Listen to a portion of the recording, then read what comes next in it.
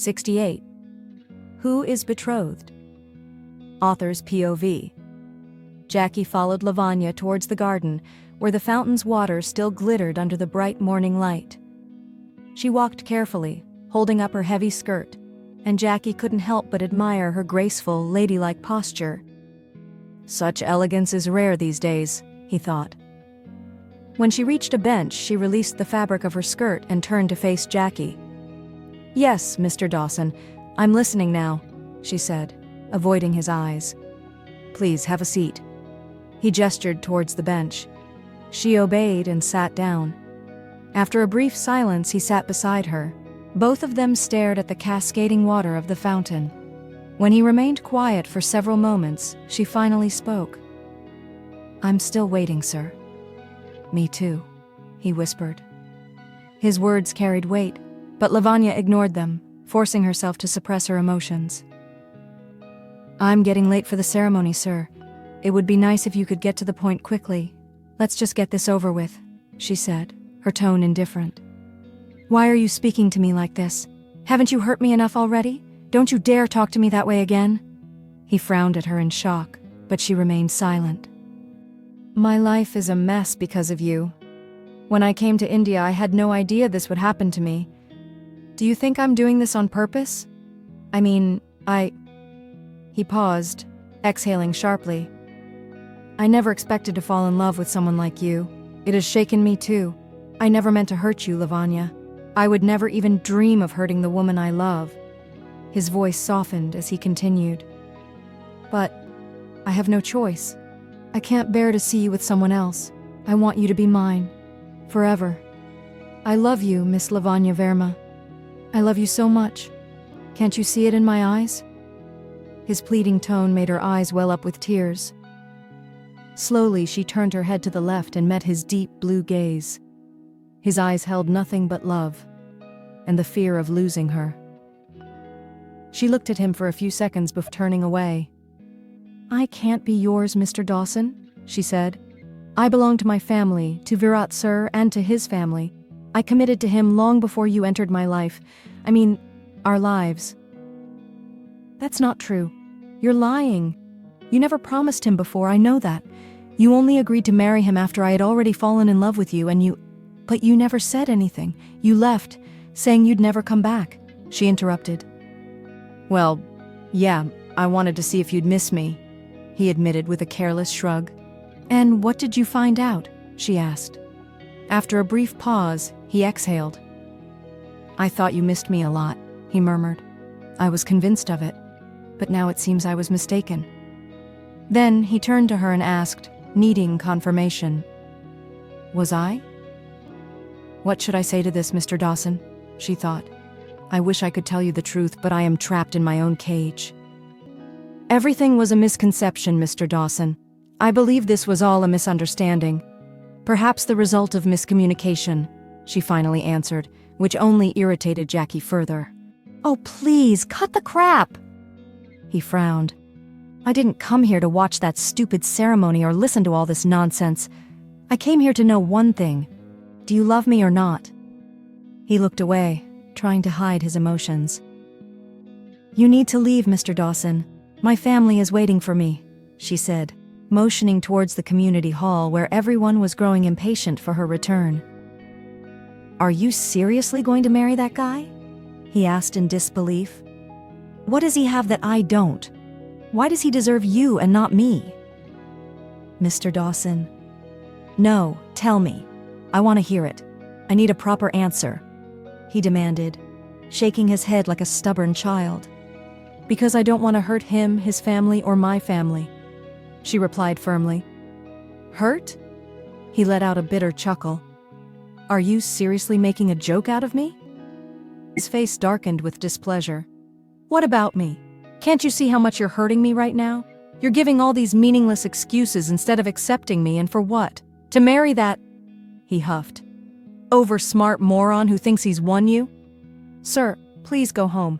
It was nice talking to you," she said formally, and made a move to stand up. But before she could, Jackie panicked and dropped to his knees in front of her, placing his hands over hers as they rested on her lap.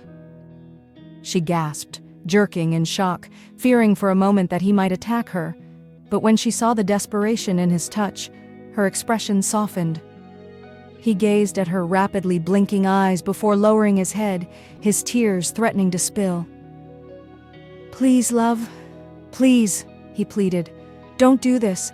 It won't bring either of us happiness. You have no idea how much I love you. I swear I'll never hurt you, ever. I'll cherish you, pamper you, treat you like a doll, a princess, a baby. No one else can love you the way I do. Please don't leave me. I can't live without you. I can't bear even a single second away from you. I can't even imagine it. It terrifies me." His voice trembled. "Please, be mine. Let me love you for the rest of my life until my last breath. I need you, Lavanya. I'll be so lost without you. I don't even know where I'll go if you leave me. I need—" "Mr. Dawson," she interrupted, her voice thick with emotion. "Please." She bit her lip. "I need to go." No. He shook his head, gripping her hands tighter as if he would never let her go. "Mr. Dawson, please, you are my employer. Don't behave like this. People might see and misunderstand," she pleaded, glancing around anxiously. "I don't care what people think. I only know that I want you in my life and I will have you," he declared. "Their judgmental stares won't change my mind or the way my heart beats. For you, only you, Lavanya." He paused before adding, "Please rethink this. Just remember the good times we've shared. For the sake of our so-called friendship, answer me honestly. Haven't you ever felt something for me, the way I have always felt for you?" His eyes locked onto hers with an intensity that made her feel trapped, captivated by his gaze. Her eyes filled with tears, and her lips trembled. She could no longer resist the depth of his innocent feelings for her. "I feel that even when you're away from me," she finally admitted. Jackie blinked rapidly, his heart swelling with hope. "Not just a little, but a lot," she continued. "I feel it all the time, every day, every hour, every minute, every second, and every single moment. I've never felt anything less than what you feel for me." Tears streamed down her face. "Yes, I have loved you. A lot, a lot, a lot. I didn't realize it at first, but—" She glanced at his car parked in front of his duplex, and the memory of that day flashed in her mind. The day he left, and she stood there clutching the gift he had given her. "The moment you got into that car, and the driver started the engine, I felt like I was losing something precious. I didn't enjoy seeing you off. I wasn't happy at all. I wanted to stop you, but I didn't even know why. I wanted to hear more from you, talk to you more, sit beside you more, argue with you more. And I wanted your attention, the same attention you always gave me.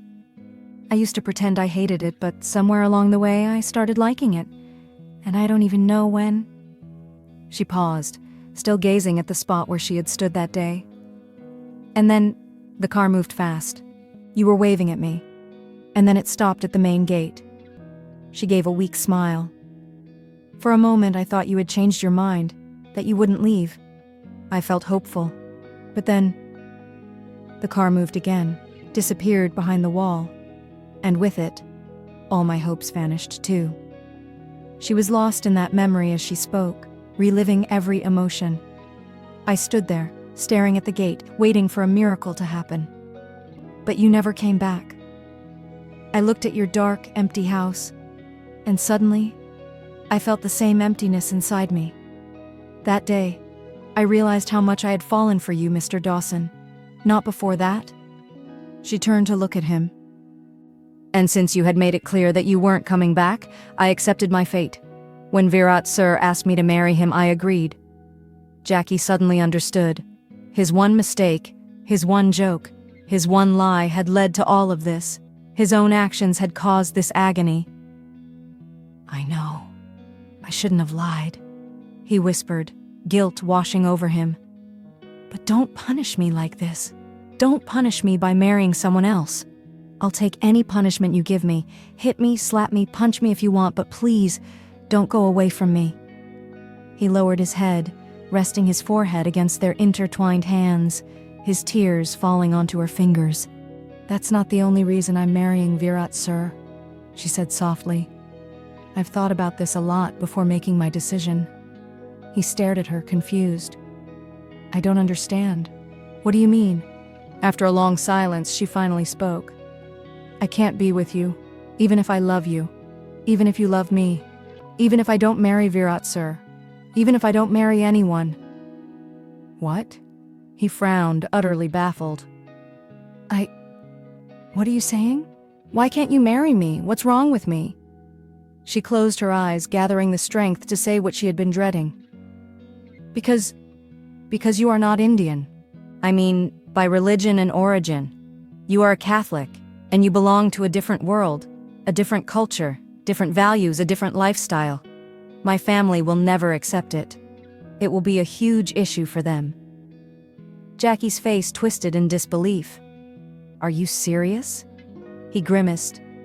Since when do religion, origin, culture, values, and lifestyle matter in love? Not in your world, Mr. Dawson, because you are rich, famous, and American. You live alone in your grand mansion where nothing else matters to you.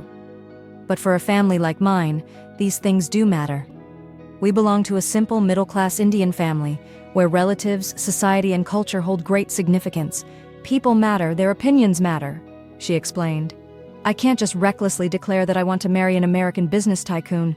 I have to consider the consequences for my parents and how it will affect their lives. She paused, taking a deep breath. And beyond that, I cannot hurt so many people just for my own happiness. It's not just about Virat sir. It's about his family, his friends, my family, my friends, my relatives. They are all emotionally invested in this. How can I betray them all? It's simply not possible for me. Jackie was dumbfounded. This woman never fails to surprise me. You have to be kidding me. Are you out of your mind? You're marrying that guy just because you think I'm not good enough for you? That I don't fit into your so-called culture because of my religion? He scoffed in disbelief. Where did that come from? I had no idea things like religion and tradition even mattered in love and relationships. And that's exactly the difference between you and me, she replied firmly. It's not a small thing. It will matter in the future. I've made the right decision, Mr. Dawson. It's better for you too. People will blame you for choosing me, and I don't want to be seen as an opportunist, someone who tried to use you for your money. Oh, shut up! You are not like that! His temper flared. I swear, I'll kill anyone who dares to say a word against you. But you still can't stop people from thinking what they want or from judging me, she countered. Mr. Dawson, this is for the best. For both of us. I have never asked you for anything before, but as a friend, can I ask you for something now? Jackie already knew what she was about to say. He kept shaking his head, silently pleading, No, don't. Please, don't. Please, she whispered, tightening her grip on his hands. Please, Mr. Dawson, for the sake of our genuine friendship. He continued, shaking his head, tears rolling down his cheeks. Say yes, please. If you have truly loved me, then please give me what I'm asking for. The moment those words left her lips, Jackie looked up at her with tear-filled, innocent eyes, still clinging to the last shred of hope. Ask, he whispered, his voice cracked and broken. But deep inside, he was desperately praying, Please don't say it. Please, please. Let me go and marry Virat Oberoi. Jackie sucked in a sharp breath. And please, she continued, try your best to forget all the memories we've shared. Erase every feeling you have for me from your heart and mind. Forget that you ever met an Indian girl named Lavanya. Forget everything and move on. Jackie shut his eyes tightly, letting the last of his tears fall freely. You're cruel and heartless, he murmured. You say it so easily, to just throw away feelings, memories, as if I could simply switch them off like a button. He let out a bitter chuckle. Well, I suppose it would be possible, if someone hit me hard enough on the head and wiped out my entire memory. Lavanya gasped at his words. Or maybe, he added darkly, a lucky accident will do the job and erase me from your life forever. What are you saying? She asked, wiping her tears. Jackie let out a sarcastic chuckle, smirking bitterly. Don't worry, I'm not going to kill myself. I'm not some foolish teenage lover. But I will remember this day. I'll remember all of it. every word, every moment. And that will be my revenge, Miss Lavanya Verma." He let go of her hands and stood up straight, his gaze fixed on her bewildered eyes. "I will never forget how Indian girls break hearts, how they think of everyone else but don't care about the one who truly loves them. I'll remember every single word you've said today and pray to God that these memories never fade, so I will never fall in love again. This wound will always remind me of how heartlessly you abandoned me," he growled. "Go ahead. Have your engagement ceremony, Miss Lavanya Verma. Enjoy." He gestured toward the hall. When she didn't move, he grabbed her arms and pulled her to her feet, making her flinch. His fingers dug into her delicate skin, causing a slight sting. "It was nice knowing you," he whispered into her left ear before abruptly releasing her. "Get lost!" he suddenly shouted, making her jump in fear. As she slowly began walking towards the hall in a dazed state, he called out again. "Wait! Why should I leave? I want to watch this drama unfold with my own eyes. I need confirmation of just how cold-hearted you truly are." He strode towards her, seized her right hand with his left, and pulled her along towards the hall. The guests standing outside were stunned by the sight. As Jackie and Lavanya entered, every pair of eyes turned towards them. Her family, friends, relatives, colleagues, and most of all, Virat, who clenched his jaw in frustration. For a brief moment, the entire gathering assumed that Lavanya had chosen Jackie Dawson.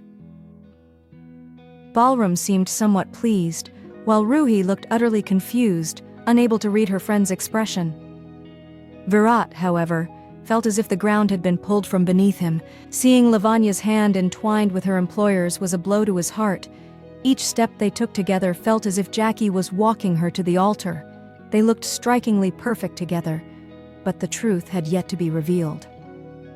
Jackie halted in front of Virat, still holding Lavanya's hand, and spoke in a tone laced with cold formality. "Congratulations, Mr. Oberoi, on your engagement." Virat's blood boiled. He was certain Jackie Dawson was mocking him, his family, and even his colleagues. Lavanya's father looked at his daughter expectantly, hoping she would clarify the situation, but instead she lowered her head, avoiding his gaze. "Please, speak up, Lavanya. Is everything okay?" Jackie answered before she could. "Yes, Mr. Verma. Everything is perfect now. Your daughter is finally getting engaged today. Congratulations to you too." His voice was devoid of any emotion. Thank you, Mr. Dawson," Lalit replied, though his face remained riddled with confusion. Jackie then looked around the hall and announced, "Let's enjoy the ring ceremony now." With that, he let go of Lavanya's hand and walked over to Balram, standing silently beside him. The room was filled with awkward glances exchanged among the guests. Balram stole a glance at his boss from the corner of his eye, his expression laced with sympathy. Ruhi, on the other hand, suspected that Jackie had, once again, done something reckless. After a moment of tense silence, the Hindu priest turned to Lalit. Is the ceremony proceeding?" Lalit looked at the priest uncertainly. Shubh Muhurat has already begun, Lalitji," the priest reminded him, his tone tinged with concern. Lavanya's father looked at her, silently seeking confirmation. She slowly nodded and he turned to the priest. "Yes, Pandit Ji, let's continue." Virat and his family let out a deep sigh of relief. Virat glanced at Dawson, his expression a mix of confusion and amusement, but Jackie's eyes remained fixed on the rings resting on a silver plate, delicately arranged with rose petals. As Lavanya and Virat were handed the rings, Jackie's focus shifted to Lavanya's hand. He watched intently as they exchanged rings, one after the other. His gaze lingered on her ring finger even after the ceremony was complete, but the sudden applause from the guests snapped him out of his trance. The sound of clapping surrounded him, and though his heart ached, he forced himself to join in, slowly clapping along while struggling to contain his tears. Virat and Lavanya's families embraced and congratulated one another, while guests stepped forward to offer their best wishes to the newly engaged couple. Jackie, lost in the crowd, never once took his eyes off Lavanya. Lavanya and Virat received gifts and bouquets, graciously thanking everyone for their blessings and well wishes. Then, unexpectedly, Jackie emerged from behind the crowd and stepped forward. "Congratulations to both of you," he said, nodding formally. "Thank you, Mr. Dawson," Virat responded after a brief pause, though Jackie avoided meeting his eyes. I'm sorry, I didn't bring a gift. I should take my leave now," Jackie said quietly. Lavanya's head snapped up at his words. "Mr. Dawson, don't leave without having lunch. We've arranged everything for our guests. You should join us too," Lalit offered warmly, with Sudha nodding in agreement. Jackie shook his head politely. "Thank you, Mr. Verma, but I'm already full, and I'm sorry for any trouble I may have caused today. You and your family have always been incredibly kind to me. I'm grateful to you and Mrs. Verma for making me feel at home, despite being so far away from my own family. I'll always cherish those moments." He smiled faintly. "Goodbye. Take care." He shook hands with Lavanya's father, then cast one last glance at Lavanya before turning on his heels and walking toward the exit. Just before leaving the hall, he paused and half-turned, his eyes searching for hers through the crowd. When their gazes finally met, a single tear slipped down his cheek, one that did not go unnoticed by Lavanya. Then, without another word, he walked out of the hall. Surrounded by people, Lavanya felt utterly alone. Her heart was already following the man who had just walked away. Balram, Ruhi, and her father noticed the concern in her eyes. They knew something was troubling her, something she wasn't voicing, but they chose to remain silent, blending in with the guests as the celebrations continued. The event unfolded smoothly, and everyone enjoyed the meal. Laughter and conversation filled the room, but neither Lavanya nor her father smiled. Others remained oblivious to Jackie's absence, caught up in their conversations and reunions. Virat, now occupied with his colleagues and friends, seemed unaware of Lavanya's distant expression. His family mingled with distant relatives from Lavanya's side, making the gathering lively and warm. No one spared a thought for Jackie's state of mind, except Balram and Lavanya. Lavanya's gaze kept drifting to the ring on her finger, while her father discreetly studied her face, trying to decipher her true emotions. He wasn't convinced by her so-called happiness. He didn't know what had transpired between Jackie and Lavanya, but Jackie's abrupt departure spoke volumes. And that smile Jackie had forced before leaving? Lalit Verma wasn't fooled by it. Fooled.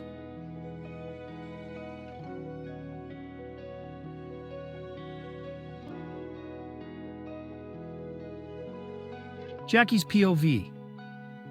After witnessing the most unwanted scene of my life, I stepped out of the community hall. Instead of heading back to my duplex, I walked aimlessly past the main gate, not knowing where to go or what to do.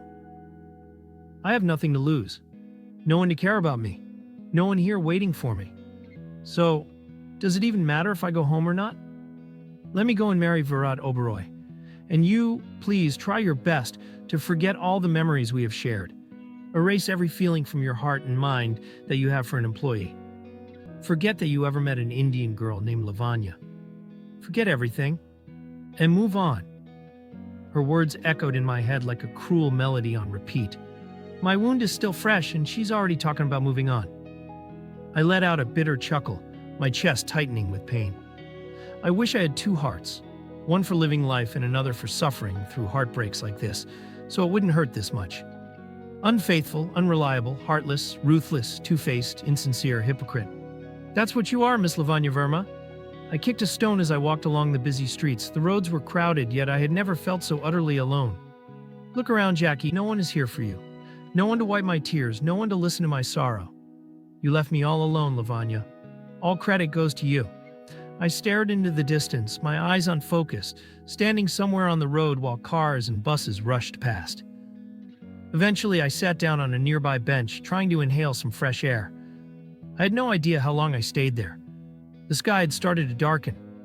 The wind had picked up, and heavy clouds gathered above. Behind me, I heard children laughing and playing in a park. I turned to watch them. It made me feel slightly better. But then my eyes caught something else. A woman was sitting on a swing, giggling as her boyfriend, maybe her husband, stood behind her, pushing the swing forward. His smile was bright, his eyes filled with love as he watched her laugh. The sight struck me like a dagger to the heart. It reminded me of her, of our first and last date, of the time we sat on a swing together in the park. I blinked rapidly, trying to stop the tears from spilling over. Without a second thought, I stood up and walked away. It was past 5 when I found myself wandering again. The distant sound of bells caught my attention. I looked around searching for the source. And then I saw it, a temple on the other side of the highway. I don't know why, but something about it was drawing me in. Is it its beauty, the chime of the bells, the spirituality? I can't say. But I knew I had to go there. As I stepped forward to cross the road, everything happened in a blur. Something massive slammed into my right side. A forceful impact sent me flying across the street. I felt my body crash against something cold and hard. My chest, arms, palms, and left cheek scraping against the rough surface. Distantly, I heard the blaring of horns, the panicked voices of strangers, the rustling of footsteps around me. The sky darkened into an endless void. The last thing I saw was the towering structure of the temple and its flag waving high above. Then everything faded into nothingness.